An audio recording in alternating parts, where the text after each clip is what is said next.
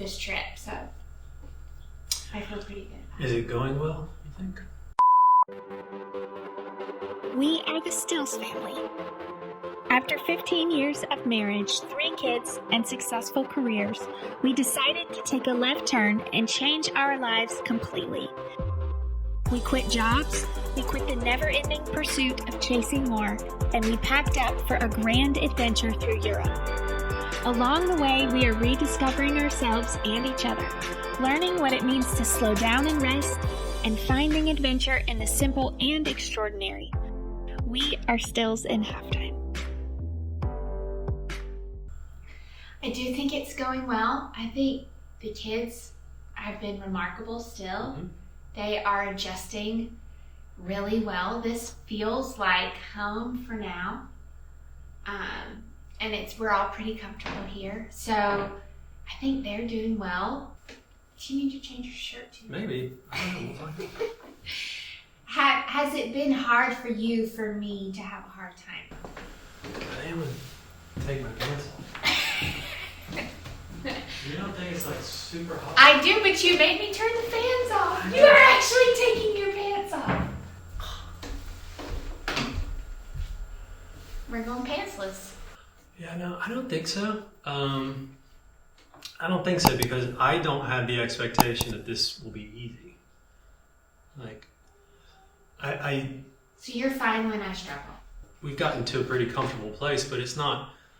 I don't think you ever like it, especially when you're raising a family of 3 kids. Like, it doesn't ever just get like, oh, this is easy. Yeah. It doesn't matter where you're at. I don't think it's just a switch where a place you get to where it's like, now we've figured it out. Now our kids are doing this. Now I just don't think we're ever you never achieve that. So this to me is it's still just normal life, which has its challenges just in a different country.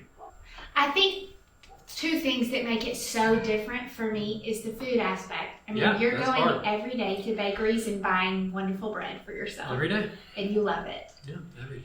And also, I am way more social back home. And I have this thing, and Smith is really, our son is the one who had this issue, and it made me think of it. The girls came to get us one night. I was like, what's wrong, buddy? And he's just said, I'm afraid if we are having a really good time, we're going to have to stay forever. Yeah. We're going to have to move here. And because we are having a good time. And I think part of me feels a little like that too. Right. Because you are a wild card. And there's really no telling what you're going to be like. So now we are going to, wherever. I think we should buy this farmhouse. Not this one, but I just feel like I know nothing's off the table. So I'm like, gosh, if it's going really well, would I be okay with this being my reality for a long time? I think if it gets to the point where that becomes a reality, it will be a very obvious step. Yeah. I think if we pulled up here and even here in this like area, we're like, this is really cool. We really enjoyed this area, but we both said like, I wouldn't live here. No. Like, I mean, it's awesome. Like, it's a great spot, but just for like long term, we didn't even sit down and say it. It's just like there was just a feeling like this isn't it. No, if we were to ever want to settle down, so I think it does become a possibility. It will feel more correct than trying to force it into that. We just wanted to say thank you for watching our videos. Yep. We really appreciate it. And if you liked it, it would be super helpful to like the video and subscribe. We're both from the South. Oh yeah. So we both have in our blood some redneck. Well, I like to say, like, my dad's side of the family, if people are looking up, like, ancestry or where people come from, I know they came from somewhere, but I would, like, if it's possible for somebody to just come out of the mountains, I think they did. So we came to the south of France, and of course we're seeing beaches, but we had to find, like, something fun, and then we found the Waterworld water park that It's like an hour away. yeah, but it felt like it could be somewhere in like Alabama or something like this. Yeah. You could have been anywhere in the South. This would have been perfect.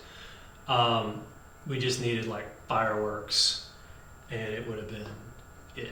Yes. So it was this Bold massive peanuts on the side of the road. bold peanut. Bold. But Bold. no sanitation score.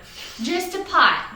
That you honestly, growing up, we did stop at Alright. like every trip. We would stop, and my dad would get a white styrofoam cup in a bag, a brown paper bag full of boiled peanuts, and they were amazing. Perfectly salted. You sucked on them. I mean, there's no telling how clean they were or were not. Anyway, it was missing boiled peanuts. So You don't like boiled peanuts? no, never had one. Ever? Not one? Never had. I think we have a friend who cooks boiled peanuts. It's by choice. I think I've never Eric had. makes boiled peanuts. I know, but I choose to not eat them. They're It's amazing. not. You should eat them one day. I had friends. We used to do that thing. I just would never eat them. We would stop Boiled on the peanuts side. in a spit cup. Yeah, on the way to the mountains, we'd stop on the side of the road. So good. Okay. So we found it here in the South France. The kids just went nuts. I mean, it was like trampolines on the water. There was like the blob thing.